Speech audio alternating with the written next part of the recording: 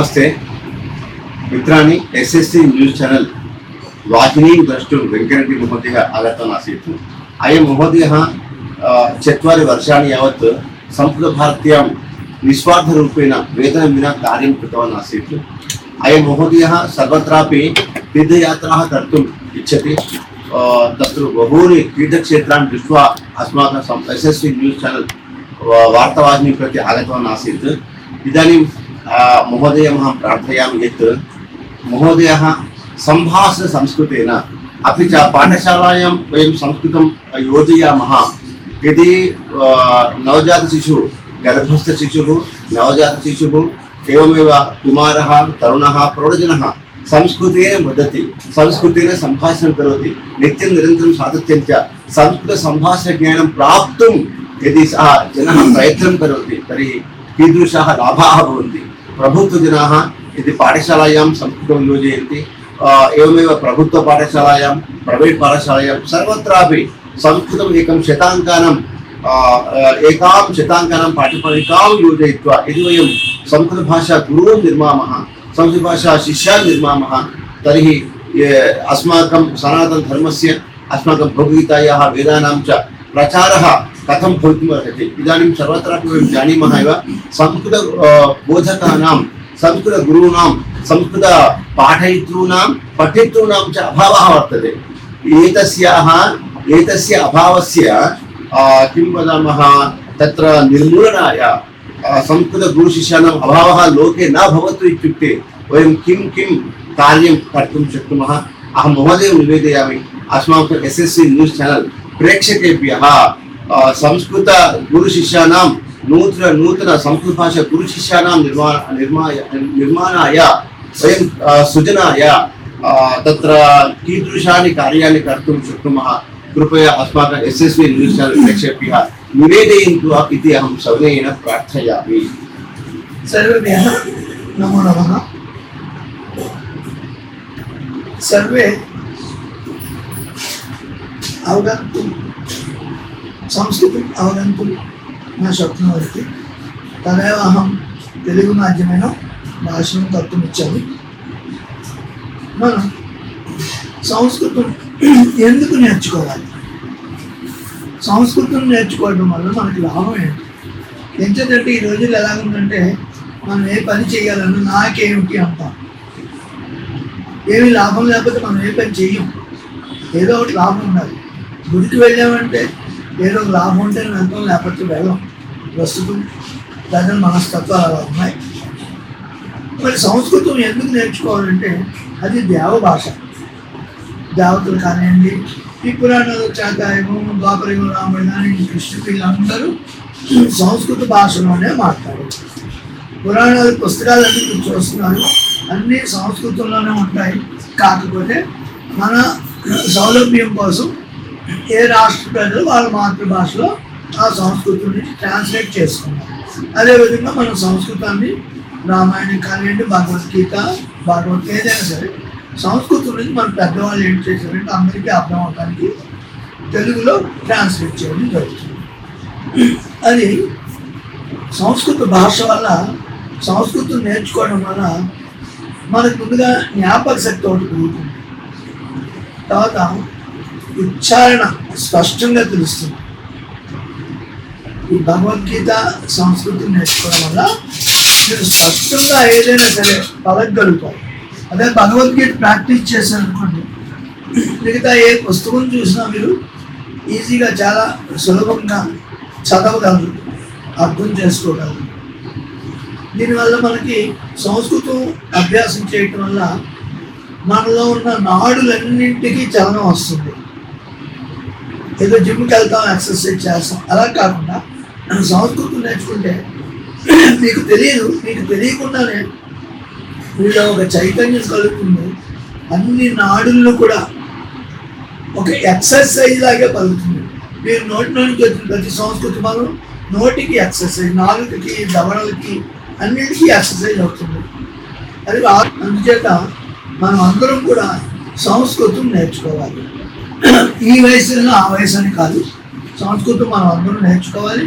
మన ఇంట్లో ప్రతి పిల్లల నుంచి కూడా ఒక సంవత్సరం పిల్లలకి మనం అప్పటి నుంచే వాళ్ళకి సంస్కృతం నేర్పినట్టయితే వాళ్ళు శారీరకంగా కానివ్వండి, మానసికంగా కానివ్వండి, వాళ్ళు డెవలప్ అవ్వడానికి అవకాశం ఉంటుంది. అంటే ప్రతి ఒక్కరూ కూడా సంస్కృతం నేర్చుకోండి. ఇప్పుడు సంస్కృతం నేర్చుకోవడం వల్ల మీరు భగవద్గీత చదివారు అనుకోండి, వాటి యొక్క తాత్పర్యం, భావం మీరు నేర్చుకుంటే మీరే దాని భావాన్ని తెలుసుకొని అర్థం చేసుకోవాలి. అదే ఇంకొకరు రాసింది మీరు చదివారు అనుకోండి, భగవద్గీత పుస్తకాలు చాలామంది రాశారు, అలాగే రామాయణాలు చాలామంది రాశారు. సంస్కృతం నుంచి తెలుగు భాషలోకి మార్చినప్పుడు వాళ్ళ అర్థాన్ని బట్టి వాళ్ళు ట్రాన్స్లేట్ చేస్తారు. ఇప్పుడు నీరు అన్న పదం ఉందనుకోండి, సంస్కృతంలో నీటికి 212 పదాలు ఉన్నాయి సంస్కృతానికి. ఒక శ్లోకాన్ని మంచి అర్థం వచ్చినట్టు కొంతమంది మహానుభావులు చెప్పగలరు. దాన్నే ఒక చెడు భావంతో కూడా ఆ శ్లోకాన్ని చెప్పగలను. సంస్కృతం నుంచి తెలుగు ట్రాన్స్లేట్ చేయొచ్చు. ఏం చేద్దాం, ఒక పదానికి సంస్కృతం నానా అర్థాలు ఉన్నాయి, ఎన్నో అర్థాలు ఉన్నాయి. కాబట్టి కొంతమంది కొన్ని చెడుగా వచ్చే అర్థాలను తీసుకొని ఆ సంస్కృతాన్ని ట్రాన్స్లేట్ చేసినట్లు ఉన్నారు. కానీ మహానుభావులు చాలామంది మాత్రం సంస్కృతాన్ని చక్కని భాషలోనే, తెలుగు భాషలోనే బాగా అర్థం చేసుకున్నట్లుగానే చాలామంది అందరూ ట్రాన్స్లేట్ చేస్తున్నారు. అయినా మనం నేర్చుకున్నట్లయితే మనం సొంతంగా దాని అర్థాన్ని మనం తెలుసుకొని మనం 10 మందికి చెప్పచ్చు. మనం నేర్చుకోవాలి, సంస్కృతం మనం నేర్చుకొని 10 మందికి నేర్పాలి. మనకి తెలిసిన విద్యని ప్రచారం చేయాలి తప్ప మనలో దాచుకోకూడదు. కృష్ణ భగవానుడు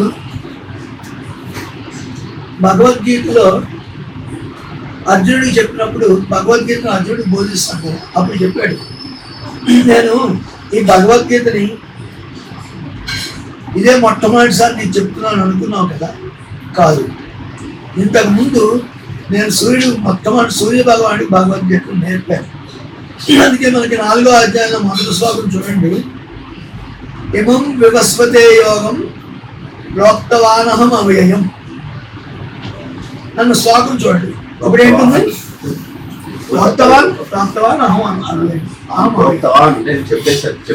అదే ప్రాప్తవాన్ చెప్పాను. ఎవరికి?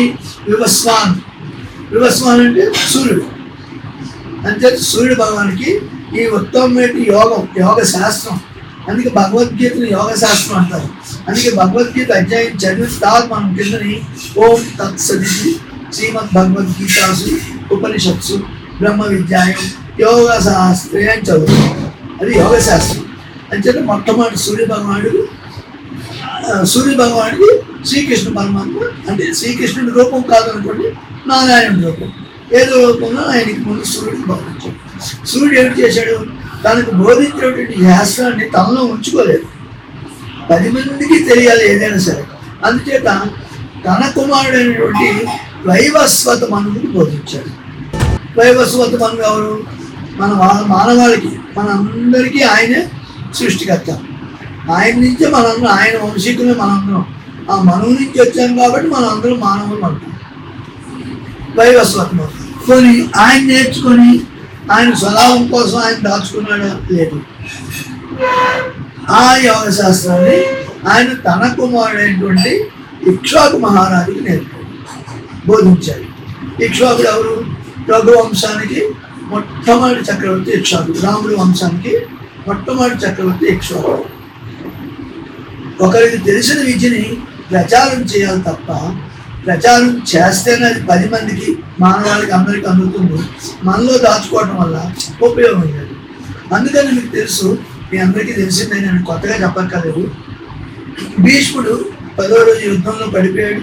అర్జునుడేమో అంపసైని ఏర్పాటు చేసాడు భీష్ముడికి. పాపం తనకి ఇంకా స్వచ్ఛందమానం ఉంది కాబట్టి మంచి రోజుల కోసం చూస్తున్నాడు. ఎప్పుడు ఉత్తరాయణం వస్తుందా, ఎప్పుడు తను మోక్షం పొందుదామని చూస్తున్నాడు. శ్రీకృష్ణుడు ధర్మరాజుని తీసుకెళ్ళాడు. అంపసాయి మీద ఉన్నప్పుడే 58 రోజులు అంపసాయి మీద ఉన్నాడు ధర్మరాజు. భీష్ముడు క్షమించండి. ధర్మరాజుని తీసుకెళ్ళినప్పుడు భీష్ముడికి చెప్తాడు, తాత నేను ధర్మరాజుని తీసుకొచ్చాను, నీకు తెలిసిన ధర్మాలన్నీ కూడా ధర్మరాజుకు బోధించు అంటే చెప్తే భీష్ముడు అంటాడు, శ్రీకృష్ణ నువ్వు నాతో పరిహాసం ఆడుతున్నావా? నేను ఏ స్థితిలో ఉన్నానో నీకు తెలుసు. అంపసాయి మీద ఉన్నాను, బాణాలు గుచ్చుకుంటున్నాయి, నొప్పి బాధతో ఉన్నాను, దాహం వేస్తుంది, నోటంట మాట్లాడట్లేదు. నువ్వు ఇప్పుడు వచ్చి ధర్మరాజుకి ధర్మాన్ని బోధించమంటే నేనేమనుకుంటున్నాను కృష్ణ, నన్ను పరిహాసం చేస్తున్నావు అనుకుంటాను. ఇదే తాత అలా కాదు, నీకు తెలిసిన ధర్మాలు నీతోనే అంతరించిపోతే మానవాళికి అందవు. అందుచేత నువ్వు నీకు ఎటువంటి అనారోగ్య సమస్య కానీ, నొప్పి కానీ, దాహం కానీ, ఆకలి కానీ, మాట్లాడడానికి ఇబ్బంది కానీ అలాంటివి ఏమి లేకుండా నీకు నేను అనుగ్రహిస్తాను. ధర్మరాజుకి నీ ధర్మాన్ని బోధించాను. అంటే మనకి తెలిసిన విద్య అందరికీ ప్రచారం చేయాల్సింది, మనలో దాచుకోకూడదు. దానివల్ల మనకి ఏమిటి లాభం అది వదిలేయండి. స్వలాభం ఎప్పుడు వద్దు. ఒక మంచి పని చేసినప్పుడు స్వలాభం కోసం కాకుండా నిస్వార్థంగా సేవ చేయాలి. అదే మానవుడి జీవితానికి లక్ష్యం. ప్రతిదానికి నాకేమిటి, అన్నింటికీ ధనంతోనే ముడిపడను, అది మనకు కాదు. దయచేసి అందరూ ఏం చేస్తారు, సంస్కృతాన్ని నేర్చుకోండి. సంస్కృతాన్ని అందరూ కూడా నిష్కల్పంగానే, అంటే ఎటువంటి ధనాపేక్ష లేకుండానే కొన్ని వేల మంది భారతదేశంలో సంస్కృతాన్ని నేర్చుకునే వాళ్ళు ఉన్నారు. కొన్ని వేల మంది ఉచితంగా నేర్పుతారు. ఆ విధంగా మీరు కూడా నేర్చుకోండి. మీరు కూడా మళ్ళీ ఎటువంటి స్వార్థం లేకుండా మీరు కూడా మీకు తెలిసిన సంస్కృత పదాలు 10 మందికి ఉచితంగా చెప్పండి. ధన్యవాదాలు. నమస్కారం. విషయం భవంతः सर्वेपि अवगतवन्तः. वयं यदि जीवने सर्वदा अपि धनमेव प्रमाणस्वरूपेण न भवति. अतः एकः भर्तृहरिमहोदयः एकं श्लोकम् उक्तवान् आसीत्, वने रणे शत्रुजलाग्निमध्ये महार्णवे पर्वतमस्तके वा सुप्तं प्रमत्तं विषमस्थितं वा रक्षन्ति पुण्यानि पुराकृतानि. पुराकृतानि पुण्यानि अस्मान् रक्षन्ति. अतः संस्कृतभाषा अक्षराणि पदानि वाक्यानि स्तोत्राणि श्लोकानि एवं मन्त्रान् योगसूत्राणि भवन्ति. यम नियम आसन प्राणायाम प्रत्याहार ध्यान ध्यान समाधिः इति योगसूत्राणि अपि सन्ति. एतानि सूत्राणि वयं स्वयं कंठस्थं कुर्मः, पठामः, पाठयामः. अन्नदानं महादानं विद्यादानम् अतः परम् अन्नेन क्षणिका तृप्तिः यावज्जीवन्ति विद्यया. अतः संस्कृतभाषा विद्यादानं कुर्मः. महोदयः 4 वर्षाणि यावत् संस्कृतं सम्यक्तया संस्कृतभारत्यां उषित्वा संस्कृतज्ञानं प्राप्य सर्वत्रापि तीर्थयात्रादिकं कृत्वा तत्रापि सनातनधर्मं बोधयति, भगवद्गीतां बोधयति, पाठशालां गच्छति, तत्र छात्रान् संस्कृतसम्भाषणमाध्यमेन प्रेरयति. तादृशरूपेण यावन्तः प्रवृत्ताः जनाः सन्ति, यावन्तः निवृत्ताः जनाः सन्ति, यदि वयं सर्वेपि संस्कृतसम्भाषणस्य प्रचारं कुर्मः, संस्कृतभाषा शास्त्राणां साहित्यानां गीतानां प्रचारं कुर्मः, वयं सर्वेपि धर्मगामिनः, अर्थगामिनः, एवमेव सुकामगामिनः, मोक्षगामिनः भवामः. अन्ततो गत्वा वयं पुरुषार्थसाधकाः भवामः. सर्वेषां मनुष्याणां सारांशः एकः एव अस्ति. किम् इत्युक्ते पुरुषार्थानां साधनं. पुरुषार्थान् सर्वान् अपि साधयितुं धर्ममार्गः अनुसर्तव्यः. धर्ममार्गेण एव धनार्जनमपि कर्तव्यं भवति. धर्ममार्गेण एव वयम् अस्माकं कामनाः सर्वाः अपि पूरयामः. अस्माकं मानवजीवनस्य पद्धतिं सिद्धान्तं वेदोक्तरीत्या जीवनम् अवलम्ब्य वयं सुष्ठु साधुयुतानि साधुभरितानि शुद्धकार्याणि वयं कुर्मः. అందులో గత్వా మోక్షగామినः భవామः. మిత్రాణి జీవనం అశాశ్వతమస్తి. అశాశ్వతేన అనేన జీవనేన वयं संस्कृतसम्भाषणस्य कार्यं कृत्वा गृहं प्रति समाजं प्रति पाठशालां प्रति राज्यं प्रति अस्माकं संस्कृतसम्भाषणं वयं नयामः इति महोदयः सर्वत्रापि अटति. तादृशः महोदयः अस्माकं SSC न्यूस् चैनल् वार्तावाहिनीम् अत्र आगत्य तस्य सन्देशान् तस्य अनुभवान् सः प्रकटीकृतवान् आसीत्. तस्य सन्देशान् वयं श्रुतवन्तः, उपदेशान् वयं श्रुतवन्तः, आदेशान् वयं श्रुतवन्तः, उत्तममार्गदर्शनानि अपि वयं श्रुतवन्तः. एतादृशरूपेण वयं निस्वार्थरूपेण जीवनं यापयितुं यथाशक्ति प्रयत्नं कुर्मः इति उक्त्वा अत्र अस्माकम् आवयोः भाषणतः वयं विरामं स्वीकुर्मः. ధన్యవాదः. నమస్తే.